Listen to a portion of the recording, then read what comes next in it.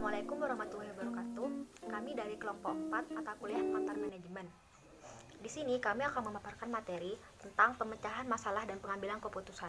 Sebelum itu, izinkan kami memperkenalkan diri kami terlebih dahulu. Saya sendiri yaitu Dewi Fatihatur Rahma dengan NIM 2008 10 20 11 74. Kenalkan, saya Dimas Faru Rozi, NIM 2008 10 20 1161. Nama saya Vivi Nuraida, NIM 2008 10 20 1154. Saya Muhammad Ari Darmawan Syahputra dengan NIM 2008 1020 1150. Nama saya Muhammad Iqbal Arisepta Sugianto dengan NIM 2008 1020 1167. Saya Ratna Ayu Silviana, NIM 2008 1020 1166. Materi yang pertama yaitu macam-macam keputusan manajemen. Menurut Herbert Simon, keputusan manajemen dibedakan menjadi dua. Yang pertama, keputusan yang terstruktur. Keputusan yang terstruktur adalah keputusan yang terstruktur atau yang muncul berulang-ulang dan rutin, dibuat menurut kebiasaan, aturan, dan prosedur tertulis maupun tidak. Contoh keputusan terstruktur adalah yang pertama, strategi pemasaran untuk produk baru, yang kedua, pemberian cuti, dan yang terakhir, pengambilan tugas terakhir. Jenis keputusan manajemen yang kedua yaitu keputusan yang tidak berstruktur. Keputusan yang tidak terprogram apabila keputusan baru pertama kali muncul dan tidak tersusun. Keputusan ini memerlukan penanganan khusus untuk memecahkan masalah karena belum ada pedoman khusus dalam menangani masalah tersebut. Selanjutnya yaitu pengambilan keputusan. Pengambilan keputusan adalah proses dalam mengenali masalah-masalah dan peluang-peluang untuk kemudian dipecahkan. Berdasarkan lingkungannya, perbedaan utama antara keputusan terstruktur dan tidak terstruktur ada dalam kaitannya dengan tingkat kejelasan yang harus ditangani manajer dalam mengambil keputusan. Terdapat 4 posisi dalam skala tersebut, yaitu yang pertama, dalam kondisi pasti atau kejelasan. Kejelasan artinya semua informasi yang diperlukan oleh pihak pengambil keputusan telah tersedia secara menyeluruh. Yang kedua, dalam kondisi beresiko. Resiko artinya bahwa sebuah keputusan harus memiliki tujuan-tujuan yang jelas dan informasi yang baik selalu tersedia. Yang ketiga, dalam kondisi tidak pasti atau ketidakjelasan.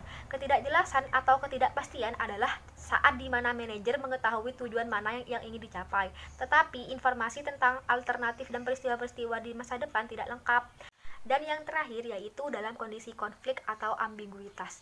Ambiguitas sekitarnya adalah situasi yang sulit dalam pengambilan keputusan di mana tujuan-tujuan yang akan dicapai atau permasalahan-permasalahan yang hendak dipecahkan tidak jelas, alternatif sulit ditentukan, dan informasi mengenai hasilnya nanti tidak tersedia.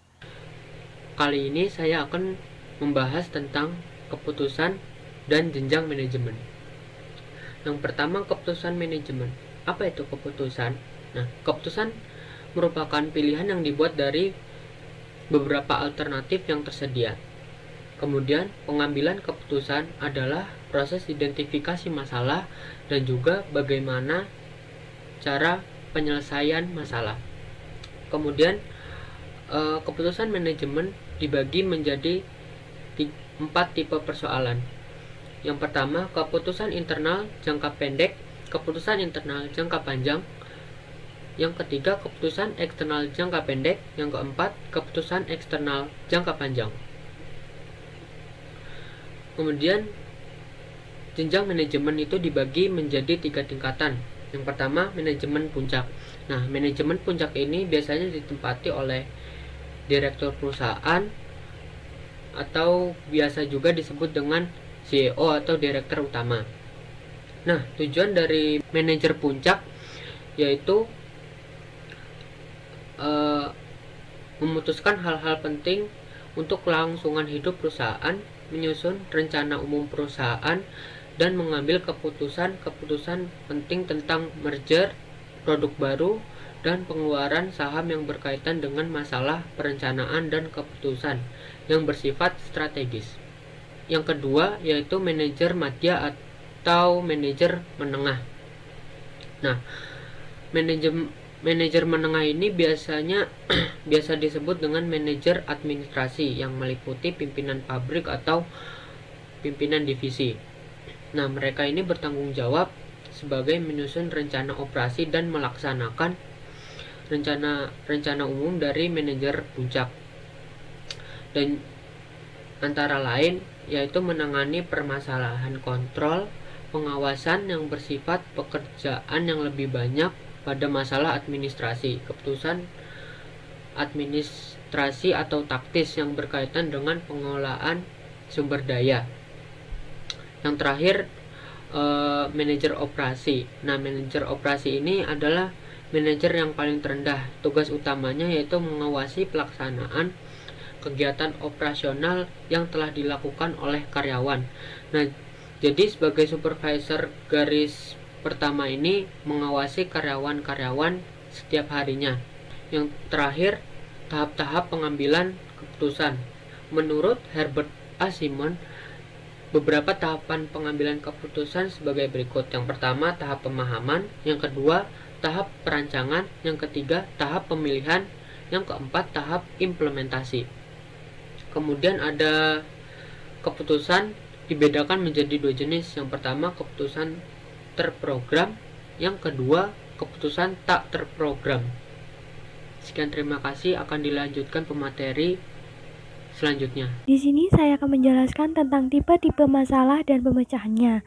Masalah merupakan kesenjangan antara teori dengan fakta empiris. Dalam masalah terdiri dari beberapa jenis, yaitu 1. Berdasarkan resiko. Masalah yang berdasarkan resiko terdiri dari masalah ringan atau sederhana dan masalah berat atau rumit. Yang kedua, berdasarkan sifatnya.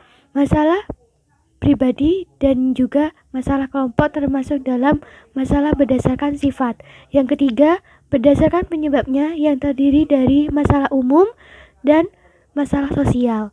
Keempat, berdasarkan bidangnya, yaitu terdiri dari masalah teknik dan masalah non-teknik. Yang kemudian, nilai ambang untuk mengenali suatu masalah. 1. Seberapa besar kesenjangan antara keadaan sebenarnya dan yang diinginkan. Yang kedua, bagaimana kesenjangan ini mempengaruhi peluang kita untuk mencapai suatu sasaran organisasi. Yang ketiga, bila kesenjangan ini merupakan masalah, seberapa sulit untuk memperbaikinya, seberapa cepat kita bertindak memperbaiki atau mengambil keuntungan dari masalah tersebut. Ini adalah jenis pertanyaan yang harus dipertimbangkan oleh para manajer saat mendefinisikan suatu masalah sebagai masalah atau suatu kesempatan. Kemudian, masalah biasanya bersifat informal dan intuitif. Empat macam situasi biasanya memberikan peringatan pada manajer tentang kemungkinan adanya masalah, yaitu 1. Deviasi dari pengalaman masa lalu. Kedua, deviasi dari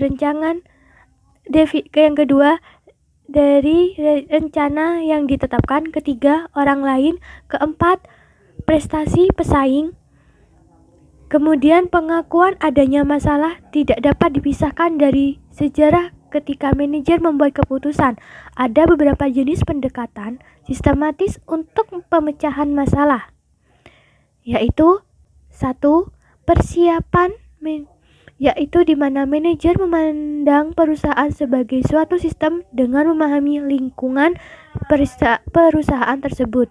Yang kedua, divisi. Manajer bergerak dari tingkat sistem ke subsistem. Yang ketiga, solusi, yaitu manajer mengidentifikasi solusi alternatif, menerapkannya, dan menentukan tindak lanjutnya. Kemudian, cara-cara pendefinisian masalah yang baik. 1. Fakta dipisahkan dari opini atau spekulasi. Kedua, data objektif dipisahkan dari persepsi. Yang ketiga, pihak yang terlibat dijadikan sumber informasi. Keempat, masalah dinyatakan secara eksplisit. Kelima, definisi yang dibuat harus jelas. Selanjutnya, manajer perlu menetapkan prioritas manajer pun tidak dapat menangani setiap masalah yang muncul dalam kegiatan sehari-hari. Prioritas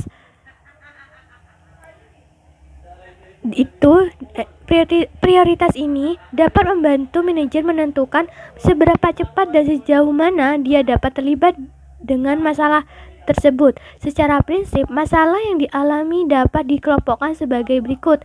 Yang pertama, masalah dalam kendali. Yang dimaksudkannya adalah kendali langsung, yang mana masalah manajer dapat dikendalikan dan bertindak dan diperbaiki secara langsung karena terkait dengan dirinya sendiri.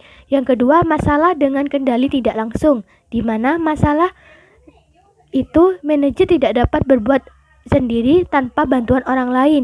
Ketiga, masalah tanpa kendali, yang mana dimaksud itu adalah masalah yang timbul dan kita rasakan tapi kita tidak dapat bertindak apa-apa karena tidak mempunyai kuasa yang dapat untuk memperbaikinya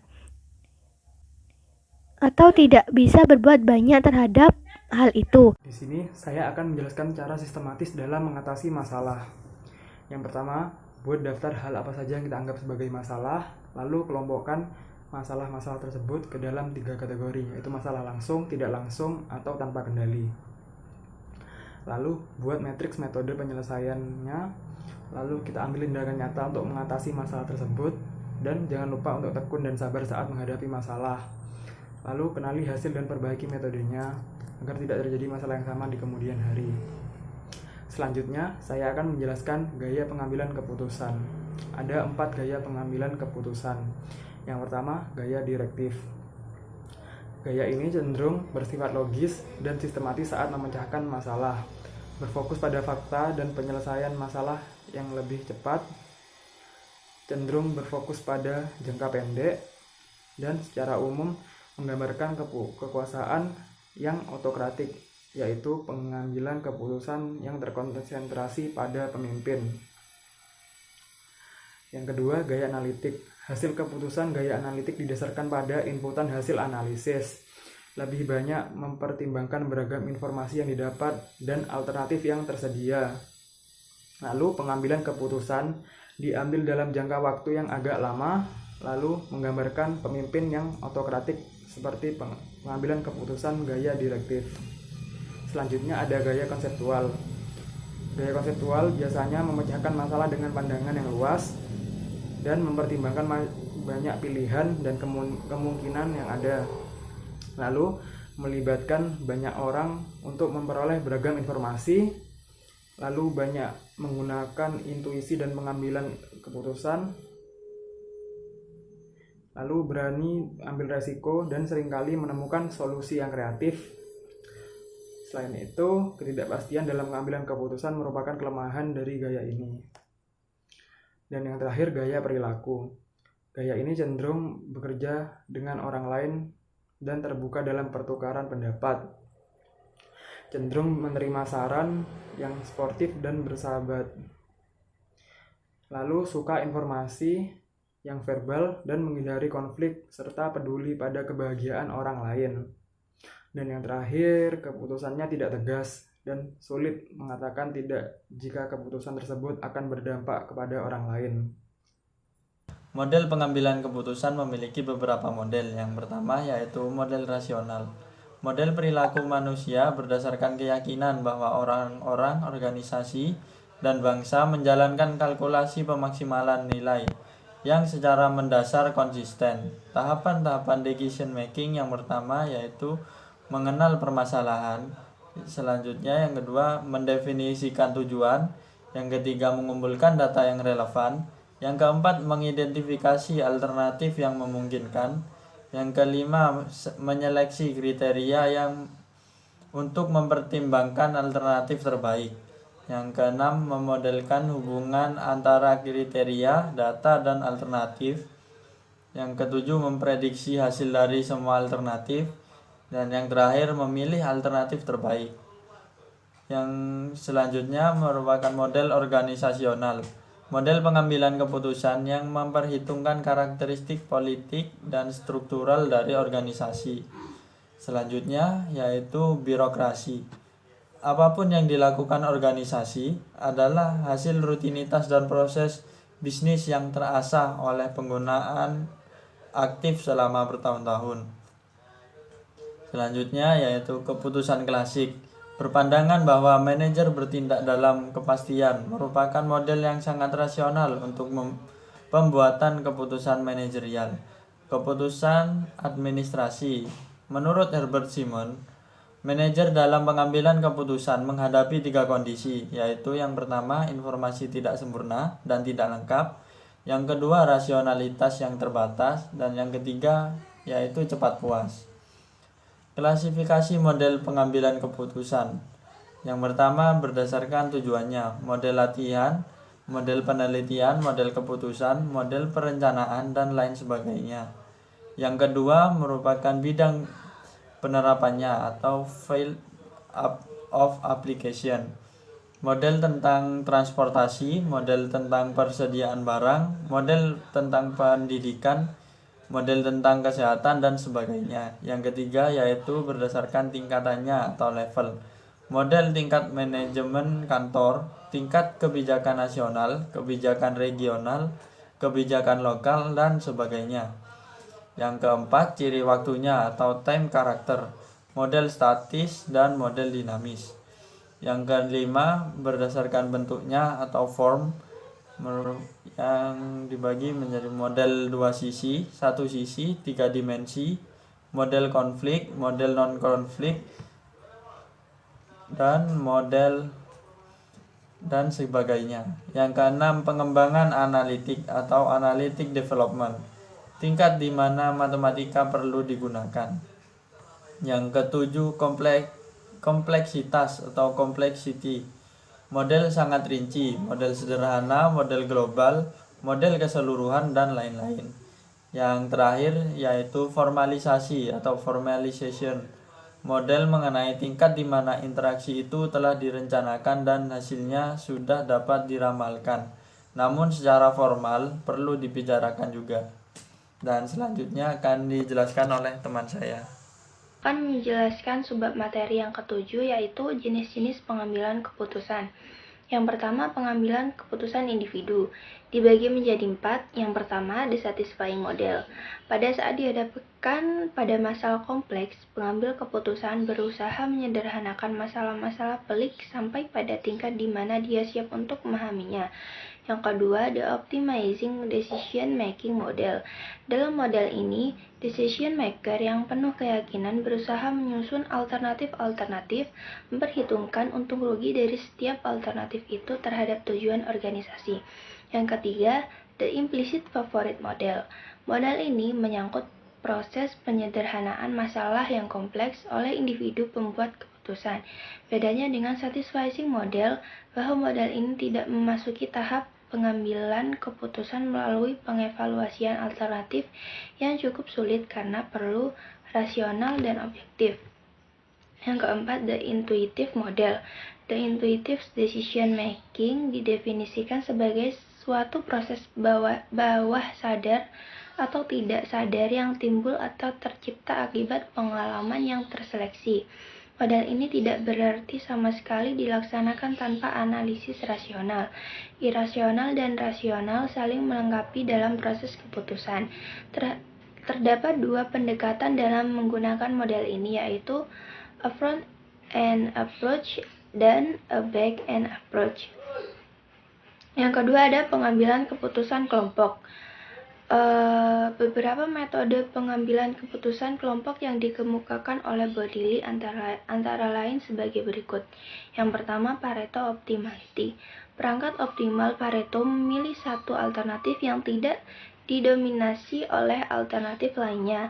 Kekurangan dari Pareto adalah adanya peringkat alternatif yang lengkap yang belum diidentifikasi, sehingga setiap individu memperoleh keuntungan dengan beralih dari alternatif non-Pareto ke alternatif optimal Pareto, karena pilihan kelompok dimulai jika perangkat Pareto lebih diidentifikasi. Pendekatan yang lebih baik adalah terlebih dahulu mengidentifikasi alternatif optimal Pareto. Jika ada beberapa alternatif Pareto, dibutuhkan metode lain untuk memilih satu alternatif. Yang kedua, the Nash bargaining solution. Salah satu cara memandang masalah keputusan kelompok adalah tawar-menawar atau bargaining. Nash merumuskan masalah tawar-menawar ini sampai kepada solusinya. Hasilnya adalah para pelaku harus meningkatkan produk yang bermanfaat bagi mereka.